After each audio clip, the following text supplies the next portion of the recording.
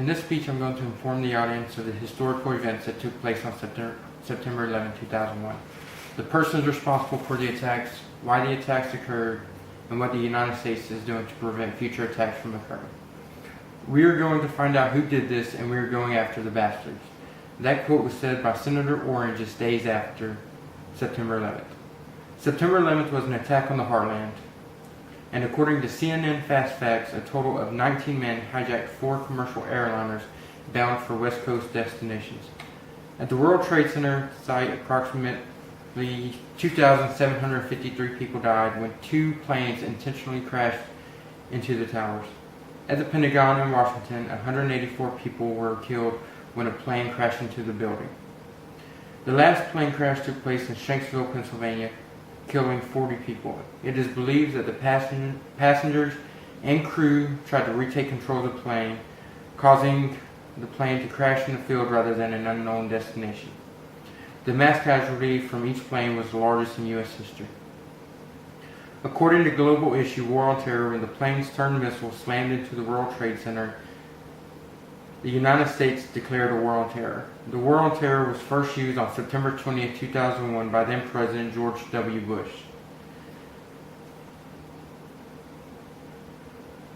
Since September 11th was a traumatic event for all Americans, it is important that we investigate first who launched the attacks, second why the attacks occurred, and lastly what the United States is doing to prevent future attacks from occurring. First, we are going to ask who launched the attacks. The attacks were launched by Al-Qaeda. According to PBS.org, Al-Qaeda is a militant extremist group founded by Osama bin Laden in 1988 in Peshawar, Afghanistan. Tactics of Al-Qaeda include suicide bombers or simultaneous bombings at different targets.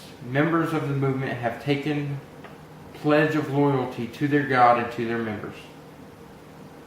Secondly, we are going to ask why the attacks occurred. According to Ron Paul at iReport at CNN.com, the reasoning behind 9/11 is American intervention in the Middle East. Al-Qaeda wants to drive out Americans from Muslim lands. Others believe that specific reasons behind September 11th are American support for attacking Muslims in Somalia, supporting Russia with cruel acts against Muslims in Chechnya, supporting the Indian oppression in Kashmir, the Jewish aggression against Muslims in Lebanon, the presence of U.S. troops in Saudi Arabia, U.S. support of Israel, and sanctions against Iraq. Lastly, we are going to discuss what the United States is doing to prevent future attacks from occurring. According to DHS.gov, the Department of Homeland Security has been organized to prevent terror attacks from occurring within the United States and to minimize damage from attacks that do occur. According to TSA.gov, the United States has increased security measures throughout the airports in the United States. With increased security in airports, this decreases the amount of contraband from entering the planes. Also, U.S. Air Marshals on board flights.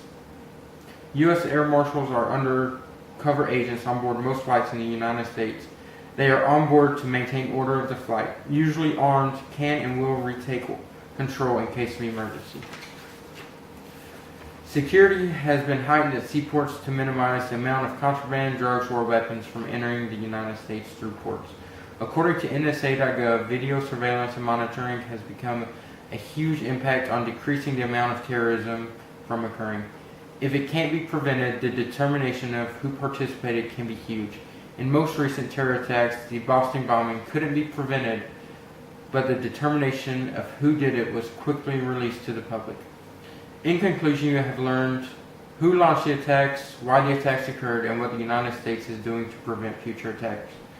Thank you for allowing me to conduct my visual aid speech, and truly hope you learned a thing or two about the terror attacks that occurred on that September day. This is my visual aid for the speech. This picture is of the plane going into the World Trade Center.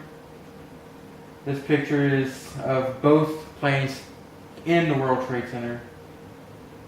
This picture is of the Pentagon and where the plane crashed on the Pentagon, as with this picture.